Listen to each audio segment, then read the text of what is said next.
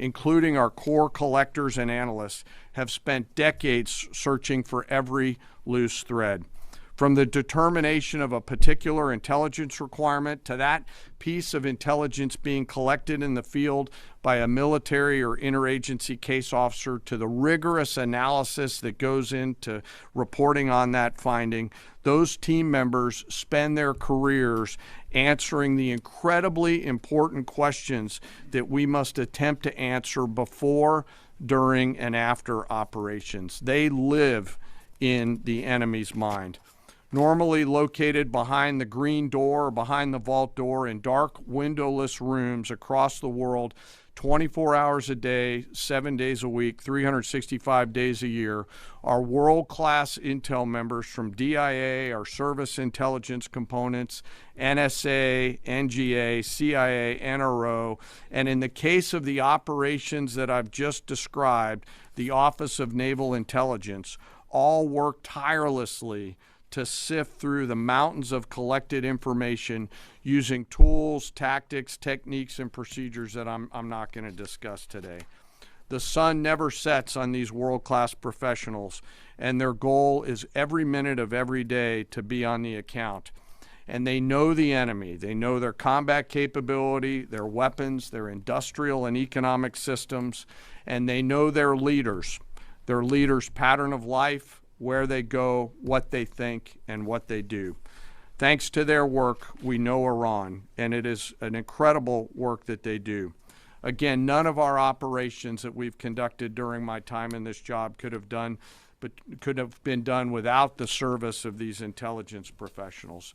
And the distance from those core collectors and those analysts to those Patriot crews who are defending U.S. forces forward or the fighter pilots is incredibly small. Every single day, as their mottos say, they are committed to excellence in the defense of the nation and to securing the future, and they're doing the work of the nation. Before I close, as I do every time, I want to highlight and remember our fallen. Today, I want to highlight the 63 victims of the terrorist bombing of the U.S. Embassy in Beirut, which occurred 43 years ago, just a few days ago, on April 18th, 1983. At that time, this was the deadliest attack on a U.S. diplomatic mission, and this was the first attack conducted by Iranian-backed forces on Americans.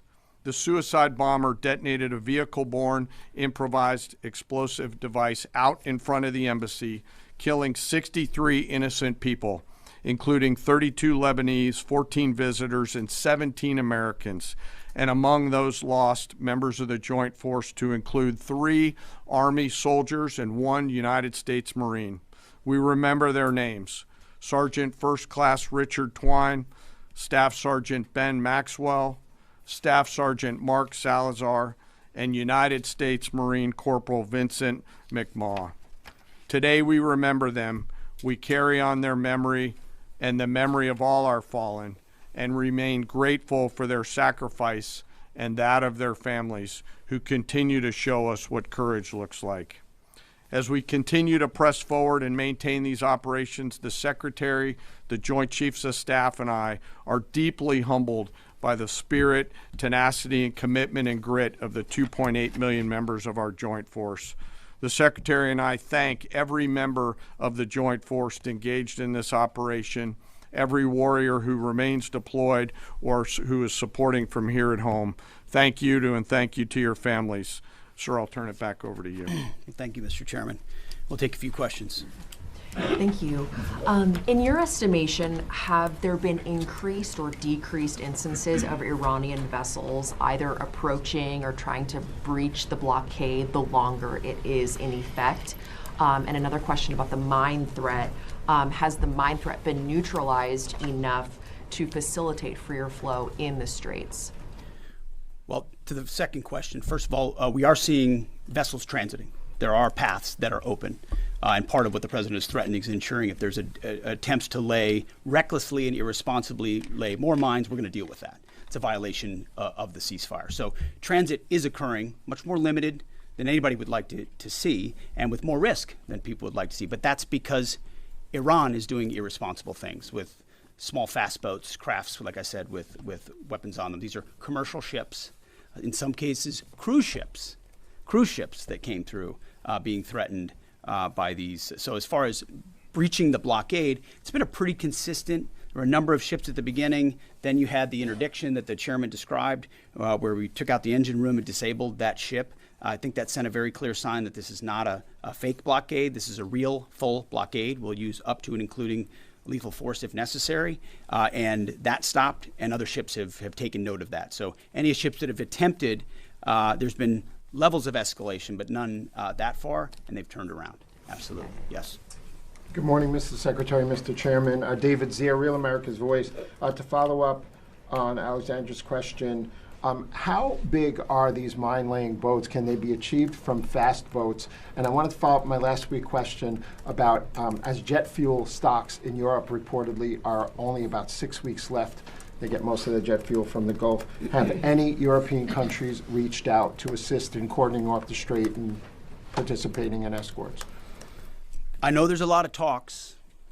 You saw I would call it a silly conference in Europe last week, where they got together and talking about maybe doing something eventually when things are done. Those are not serious efforts yet. We would welcome that. We would welcome a serious European effort to do something about this strait and this passage, considering it's their energy capabilities that are most at stake. I think it's a wake-up call.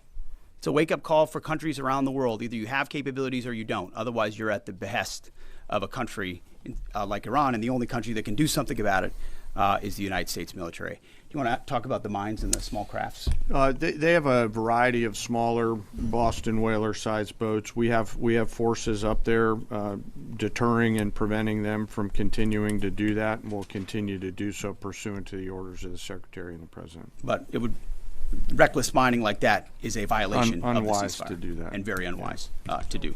Absolutely, Jerry. Thank you.